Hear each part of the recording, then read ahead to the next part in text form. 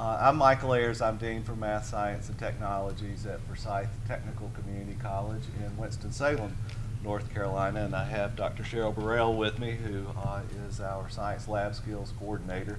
And we just wanted to share with you some of the work that we've been doing with a TACT grant at Forsyth Tech. And Russ Reed's over here. Russ is our PI for the TACT grant, and Rebecca helps us spend all the money for the TACT grant. Appreciate you two being here.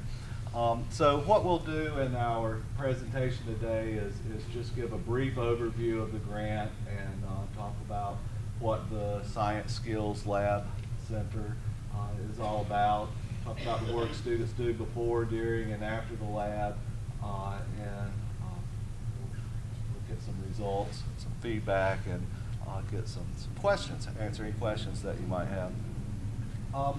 So this is just a quick video that sort of gives you an idea of what our TACT grant is about, especially as it relates to the work that we're doing at Forsyth Tech.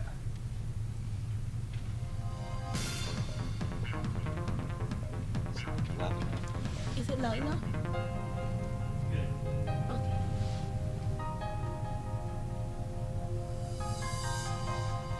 Forsyth Technical Community College is pleased to be a national leader in preparing the biotechnology workforce for the future. Recently, Forsyth Tech led a group of 12 community colleges from North Carolina to California to Utah, Texas, Pennsylvania, and throughout the country in pursuing and being granted a grant to work on biotechnology curriculum and making sure we have the skilled workforce for tomorrow in biotechnology. Biotechnology and life science has been one of those areas that has suffered the least decline, as much of our economy has been challenged over the last 7 or 8 years. In North Carolina, biotechnology employs well over 57,000 people.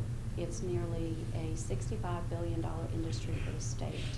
So regardless of your career path or your desires or your strengths or weaknesses, you can begin exploring opportunities in this particular area. So today we have probably 1,000 folks working in the Innovation Quarter, and their activities are mainly in academia and also in several startup companies.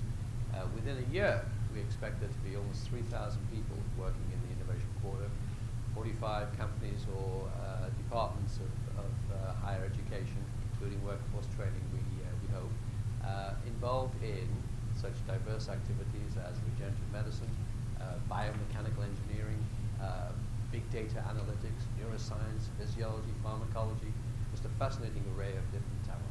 One of the major things that we're doing here is to create tissues and organs for patients, and one of the major areas of focus is to use these tissues for our wounded warriors. And we have currently several programs going on at the Institute aimed just at the goal of translating these technologies from the bench to the bedside for our wounded warriors.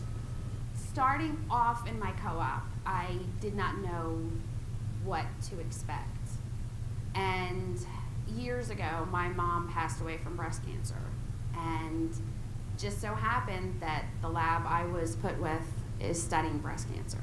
And all the people in my lab were extremely impressed of the skills that I had coming straight out of school. I love the people in my lab. I have never, ever thought that I would learn what I have in such a short period of time. I'm more comfortable. I feel like I'm successful, and I can be successful in the future. After I left the military, I took different types of jobs. I wanted to see what was out there. And normally people don't take a multiple amount of jobs because sometimes employers look at that as you really don't know what you want. But at the same time, I want to experience a lot of different fields. I've worked in factories. I've worked for Georgia Pacific. I've worked for many, many places. And it was a different experience. As I was getting older, I said, you know, I don't have a degree yet, and I need to do this. Well, I looked at the program, and when I saw environmental science, I said, that's what I want. Before I even looked at the classes, I said, that's what I want, because that's the way our future is heading. Our students who are coming from biotechnology, they're not necessarily going to a biotech company. There are other fields also that we traditionally don't associate with biotechnology. For example, wine making is a growing field. North Carolina is investing a lot in vineyard and wine, growing the wine business, and they need a lot of microbiologists for quality control, for fermentation. And actually, as a matter of fact, we have a major course here that is fermentation on the program here. So a lot of our students who take this course and who finish our program can go and work in the wine industry. Another industry that we never thought about before is the beer industry. Beer is growing. Microbreweries are growing as a specialty.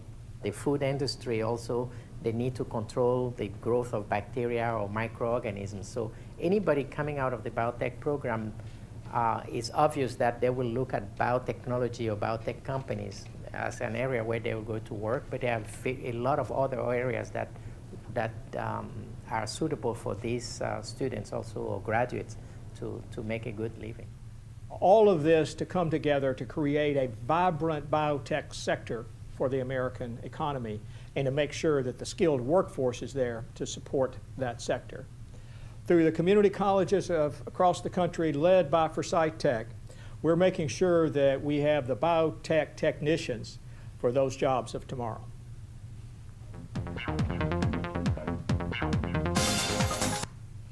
So I'll turn it over to Dr. Burrell to talk about the lab. Just while I have Cheryl here, I want to thank her for all the work that she's done putting this lab together. This was kind of an idea that had been in my mind for a decade or so, and she's been able to take this idea and make it happen and do some good things with our students. So Cheryl, I'll turn it over to you. Okay. Hi, everybody. I'm just here to tell you a little bit about what we've been doing from fall 2013 until now regarding the establishment of the Science Skills Lab. So you may be asking, what is the Science Skills Lab?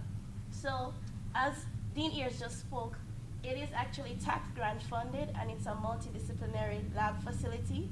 And we have basically, our main aim is to allow students to complete or fulfill their lab requirements in a flexible environment. So you may be asking, what really is the difference between a traditional lab setting versus the Science Skills Lab setting? So one thing that comes to mind right away is flexibility. So normally, for people who may have done an introductory bio course at a community college, let's say Biology 111, you have a lab assigned to that particular course. And traditionally, it's a face-to-face lecture.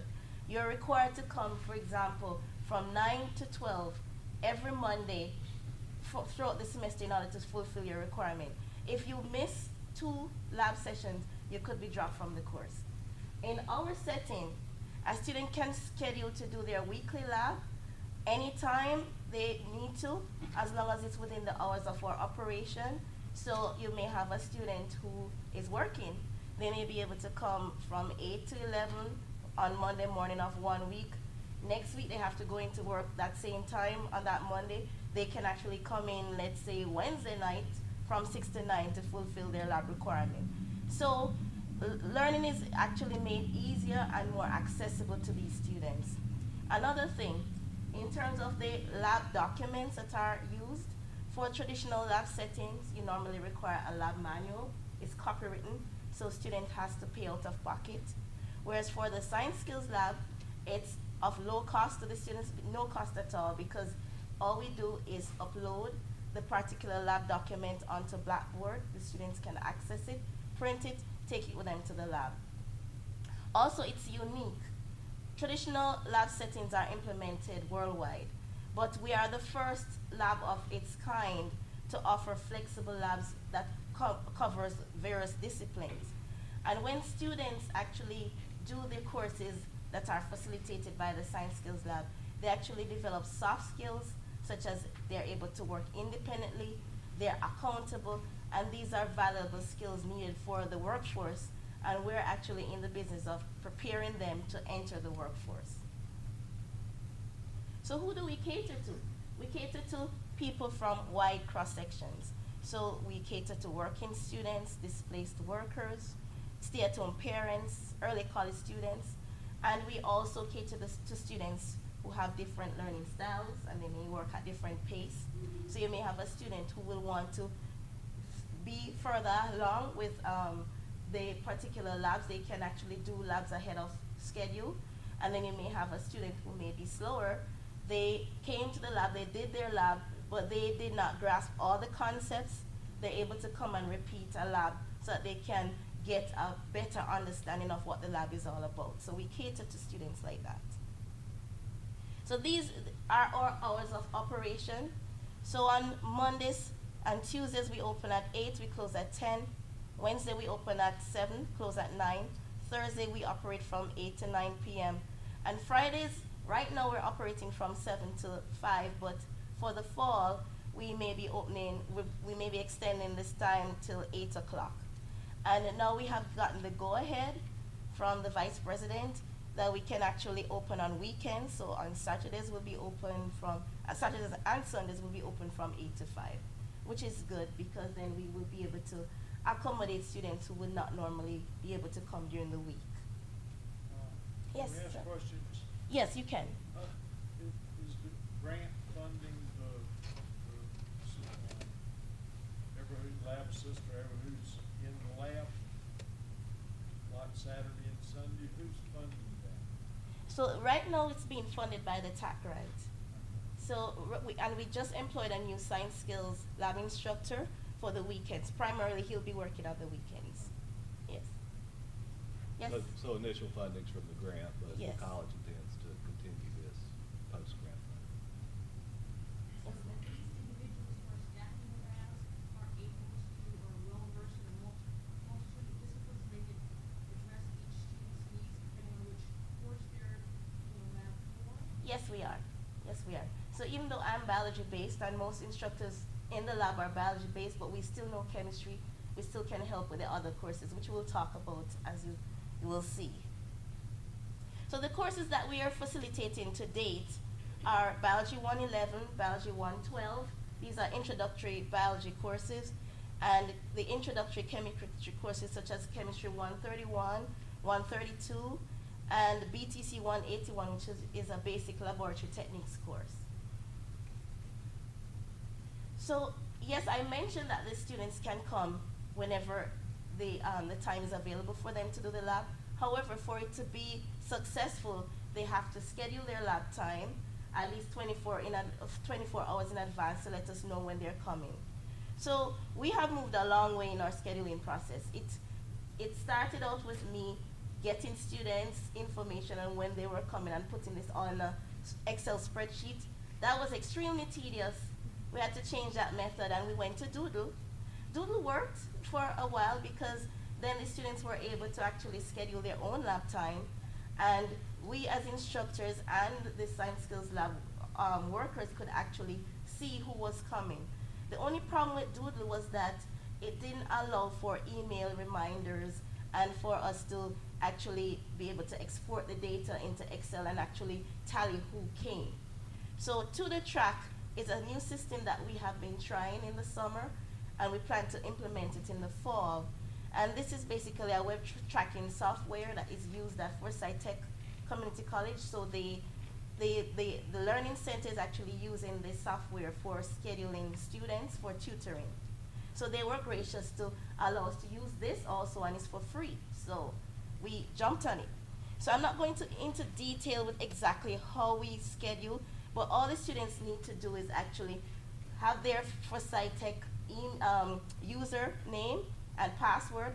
Once they are able to log in, they can go on to the track, and then they select that they're going to be coming to the Science Skills Lab. Then they can select the course that they are affiliated with that is facilitated in the Science Skills Lab. Then they can go on to scheduling in their particular time. And when they schedule, there's a confirmation email that they receive, and then they get a reminder email, and if they do not come, then they get an email saying, hey, you missed your time. So it is a better way of keeping track and scheduling students. Now, Yes. How do you check them in, or how do you verify that they came or didn't come? Right. So I'm going to show you exactly in the next slide over. I'll address that. I'm just going to talk about what they need to do before they come to lab. So before they come to lab, as you know, in the traditional lab setting, sometimes students will come to the lab and they're not prepared. So we have to find measures to get them to prepare. So what we do, the instructional design team at Forsyth Technical Community College is also grant funded, and they have done a phenomenal job in providing course content, mini lecture videos, animations to help to enhance student learning. So if they are coming in to do a particular lab, they are given a list of things that they need to review on Blackboard. So all this information is uploaded on Blackboard. And I must also say that these courses that we facilitate are hybrid courses, and that means that the lecture portion is online and the lab portion is done in the science skills lab, just so you know that. So at this point they need to also print their lab, review it, and take the printed copy with them. Sometimes they actually have specific videos that tell them how to do particular techniques or how to use a particular equipment. And what we're also implementing is actually for them to do a pre-lab quiz to verify that, you know, I went through, I reviewed, and I'm ready. So they cannot start their lab assignment for that particular week without showing evidence that they got a good grade, let's say 80 or more on the pre-lab quiz. So this is just an example of a video, a pre-lab video that a student would look at before they would come to the lab to do the pH and buffer lab. So this one was done by me, and it was videotaped by So the the next lab that instructional you'll be design doing team. is a buffer And lab. basically, So in this lab, you're going to be learning about buffers, what I'm what doing they here are, is and how they work, to basically. introduce a concept that they will be dealing with or they will be learning about in the lab. If there are certain calculations that they need to be aware of, this is where I explain how to do certain calculations. Not the exact calculations that they will do, but it gives them an idea of what they need to do when they get to the lab. So that's just an example of a mini lecture video that they So a may buffer. watch. And then we also have animations. So these are also animations on pH and buffers, and it shows the steps that a student would need to take in order to get a titration curve and the whole principle of how a buffer works. That would be covered in the animations. In the interest of time, I won't play all of these.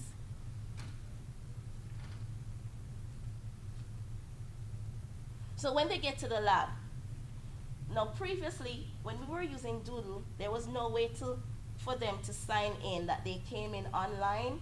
What we had to do was to have actual sign-up sheets, which are physical hard copy paper that we place at each desk. So they would have to come and write their name, the day, the date, the time that they came in, the lab that they came to do, and then when they were done, they have to remember to sign out. Now we recognize that sometimes they're not remembering to sign in and they're not remembering to sign out. So what we're doing now is to actually have a designated laptop. So as they enter the lab, the laptop is right there. They have to sign in, and it's easy. Again, all they need to do is to enter their student ID, and they click enter, and then they select what lab am I coming to do. So everything is not here, but there would be a drop-down menu for them to select, I came here to do lab 4, and then it will tell them welcome and remember to sign out. They will do their lab. When they're finished, all they have to do is to type their name in and hit center and enter, and then they're logged out. So with time, you can actually generate a report for the students who came in that particular day or that particular week. And the beauty of it all is that we can transfer this to Excel, and then we can use that for data analysis, which helps us a lot, because previously we had to manually count the people from those sheets, and it was extremely tedious. So now it's easy. We're happy with this. Are you able to use this for your auditors? For the auditors, no, we have not had an issue where that is concerned. Well, actually, we did, and the answer is yes. I don't think you knew about it. I think Oh, okay. that's something that I didn't fill you in on, but yeah, that just shows evidence that the students were there. We have, a standard attendance form that we use, but there was a case where an auditor said, we want to see something besides this form, and so this worked. So Good question. your distance person keeps track of the lab, or the lab, you have a lab instructor, I mean, you have an instructor that keeps track of who attends and gives grades and all that. Is that two different instructors? It can be, or it can Yes. be the same. We've run them several ways. Cheryl, you can. Yes. So for example, I've been both instructor of record and also instructor in the Science Skills Lab. And then we also have other instructors that are not Science Skills Lab instructors. So the reason I'm asking all these questions, we're hopefully implementing this in another field in fall 2016. Our administrators are worried to death about tracking attendance for auditor purposes. Okay.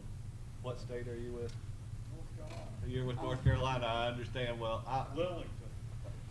I'll Central Carolina Community College. Central Carolina. I'll make sure you get my card, and I'll be happy to help you through that.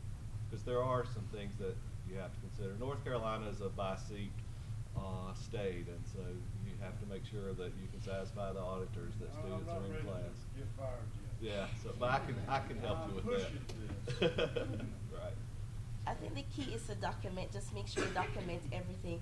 It's okay if you have multiple ways of tracking students, because that's what we do, so that when it's ready for us to provide information, we can provide it from in different formats. I see this as doubling my enrollment because I have students begging for it now. In fact, I send it all to my dean and my vice president.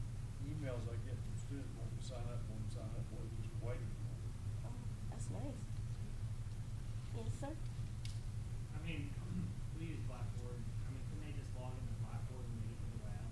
They have an official login through Blackboard. And then when they upload their finished lab, you have a log out time when they upload the stuff. We have never tried with Blackboard in terms of that. If it's possible, by all means. Blackboard logs every entry in the course, and they also log when they upload the assignment. Okay. It's just that when you come to the lab physically, we need to be able to document that they came to the lab. What I'm saying may require them to have laptops and or have computers in the lab. Okay. We do have computers in our lab anyway, They so. can log into Blackboard when they have. They can log in from home, too. What? Well, I'm assuming there's lab equipment they have to use to do the lab and answer the questions. I mean, we do all sorts of online courses. People get really technical degrees online, and we're assuming it's them. So if you have a physical lab equipment, they can't be doing pH testing at home. So they're making it up, and they're probably wrong. And I'm assuming instructors are level to know that. That's a good idea. Well, if it's done, if it's possible, that may be another method. Okay, so what we have done, when we have moved from the place that we were originally, we're in a smaller lab space, so we had to get really creative in terms of how we utilize the space. Now we're in a bigger lab facility, and we actually have a prep room which is behind here, which it's probably very small for you to see. But we are able to now utilize the lab benches themselves, and what we do is to actually put the equipment and the resources that they will need for a particular lab, we put them out on those benches. Right now we can afford for Biology 111, for example, to have 2 lab benches, so it's not a situation where we have a lot of clutter. So that has helped us a lot. And this is just a typical arrangement of a lab space for basic lab techniques, which is a BTC 181 course I spoke about. So in this particular lab, they're using spectrophotometry as a means to determine the concentration of blue and yellow dyes in Fruity Pebbles and in Gatorade. So if you notice, everything that they need is here. The mortar and the pestle to grind the Fruity Pebbles are here. If they need to weigh the Fruity Pebble, the electronic pan balance is there, right there for them. And this is an equipment manual that we actually compiled, which has helped us greatly. Because when you have a full lab and people they have different needs, and if somebody just wants to know what does an evaporating dish look like, instead of asking us, because we may be dealing with other pressing matters, all they have to do is to open the lab manual.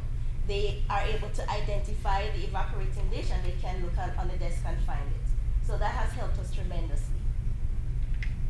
Question. Yes. So what is your student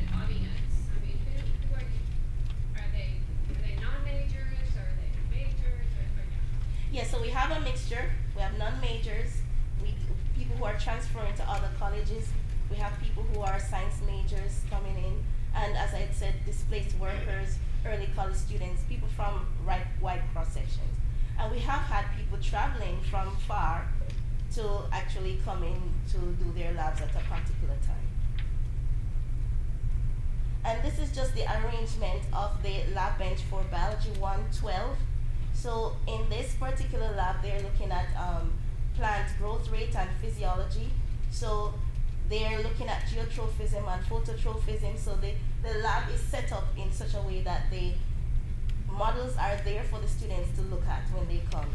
And of course, a stereoscope is here for if they need to dissect the seedling, and if they need to look at a prepared slide, they can look at the microscope, the compound microscope. Yes? So, for this particular course, for example, Bio 112, Yes.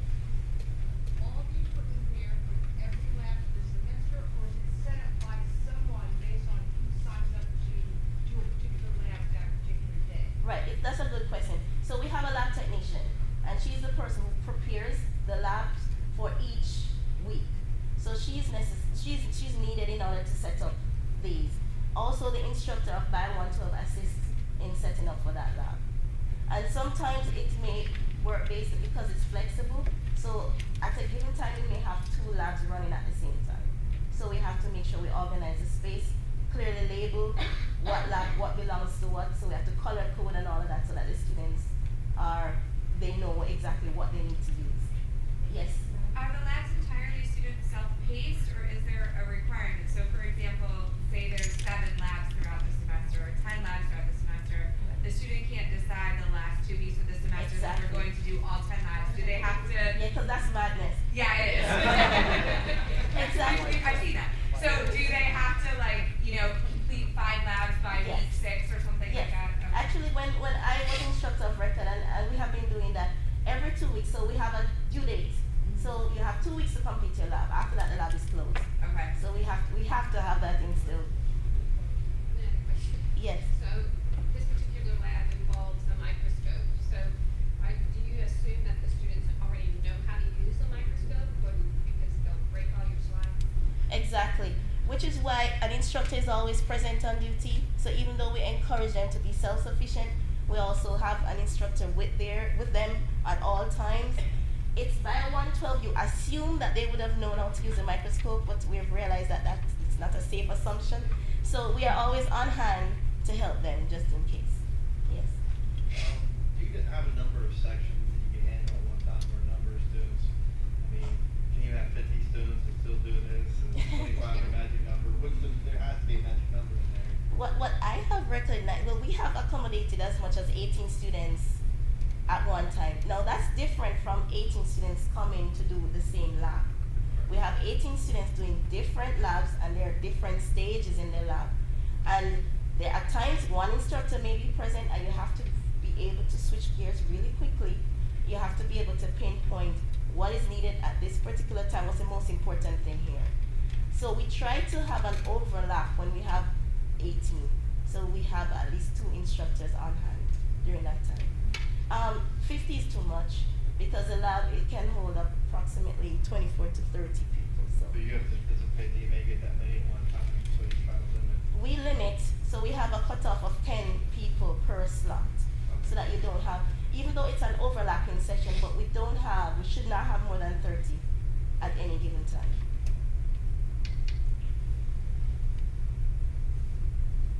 So after they have completed the lab, what they are required to do differs depending on the course. So for Bio 111, which I have taught before, what we normally do, because most of us are biology teachers, instructors, so when they have finished their lab, we look it over to make sure that they have answered all the questions and that they have some grasp of the concept. So we will either give them a complete, meaning that they have answered all the questions, we're satisfied with them in terms of their understanding, and incomplete meant that they half-heartedly did the lab, they didn't bother to answer all the questions. Now they could change this incomplete grade to a complete grade if they come back and we guide them towards getting to the answer. So we do not tell them the answer, we give them the tools needed to arrive at the answer themselves. So they can actually change this to a complete grade. And every 3 labs, we normally give them a lab test, and our lab tests normally look like this. So this is a question that tests their application of the scientific method. So they're given a question, then they have to be able to determine the hypothesis dependent variable, independent variable, and whatnot. And then other questions may be straight recall.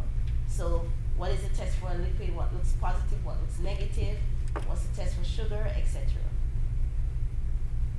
Now for chemistry, it's a bit different. So because we're not chemistry instructors per se, we can help them, but at the same time, the instructor of record is the person who grades their labs. Our job is just to make sure that they have actually come and done the lab.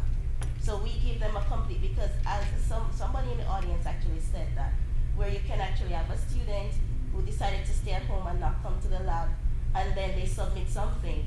But based on looking through, you'll know right away that, okay, they did not come to the lab to do anything. But at least from our perspective, we can document that this person came, we saw the work, so that when the instructor questions, we can determine whether a person was here or not. So they, in chemistry, they upload their assignments on Blackboard for the instructor to grade. So we have been compiling data over time from the start of the Science Skills Lab until spring. And what we have noticed in terms of attendance, if we were to look at which days of the week throughout the semester the students attend the most, it would be Thursday. Thursday is the most popular day. And one of the reasons why this could be the case is because a lot of times the deadline for the lab is Friday.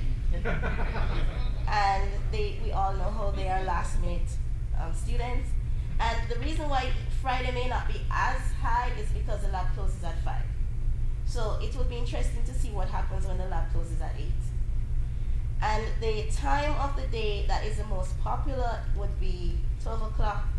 So it helps us as instructors, as workers of the Science Skills Lab, to know how to divide our time so that we can be there when the majority of the students are there. So the popular time ranges from 10 o'clock in the morning to about 3 o'clock in the afternoon. So during that time, we try to have at least 2 instructors on hand, just in case we have a full house.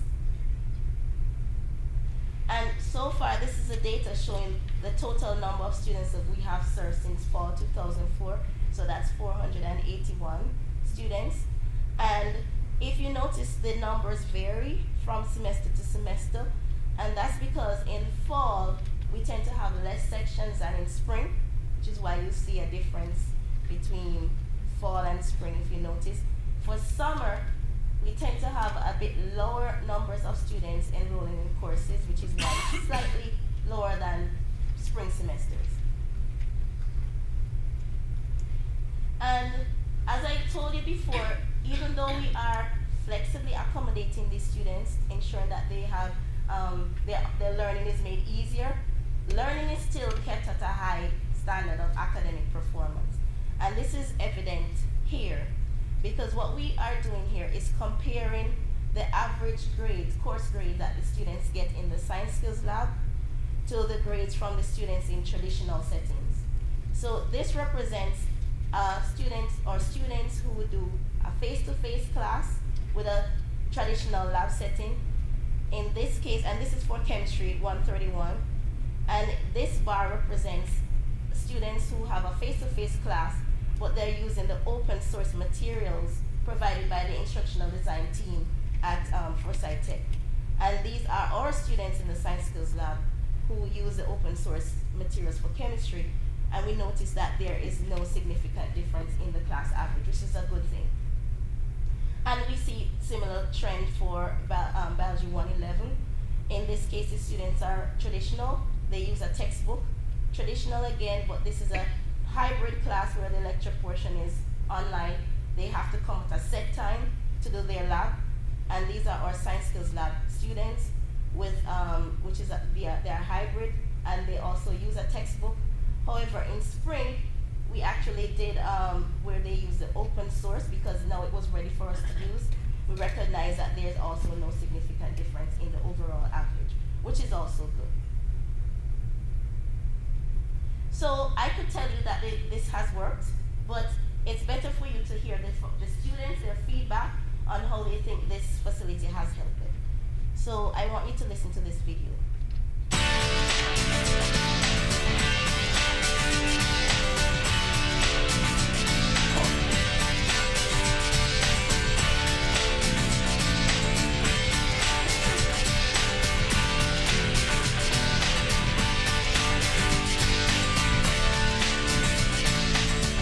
In order to accommodate the busy lives of today's students, Forsyth Tech has introduced an innovation in education, the new Science Skills Learning Lab. The Science Skills Laboratory Center is a multidisciplinary facility, and our main purpose is to help students to fulfill the laboratory requirements of their science courses in a flexible environment.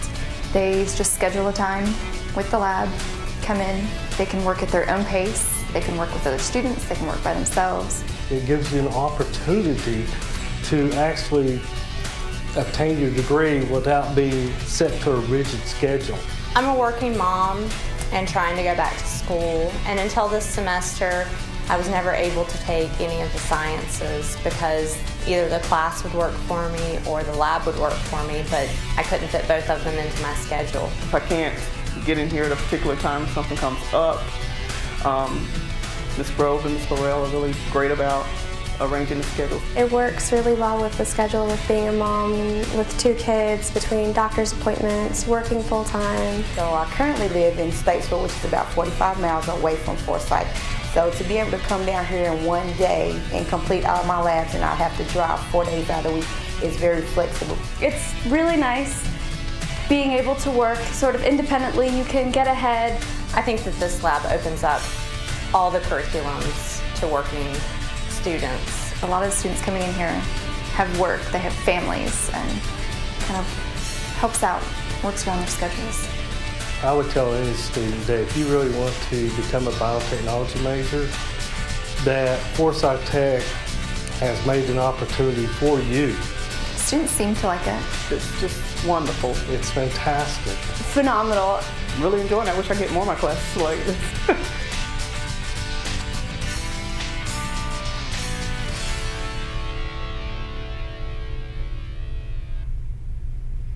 And we have future plans for our Science Skills Lab. So because we've been having an increase in the number of students who are showing interest in this facility, we're actually going to increase the number of course sections offered from fall into spring 2015 to 2016. Also, we'll be offering new courses, for example, the Anatomy and Physiology course, specifically Biology 168. So in the fall, we plan to host open labs for these students, and then we're actually going to facilitate the lab itself for a course in the spring 2016.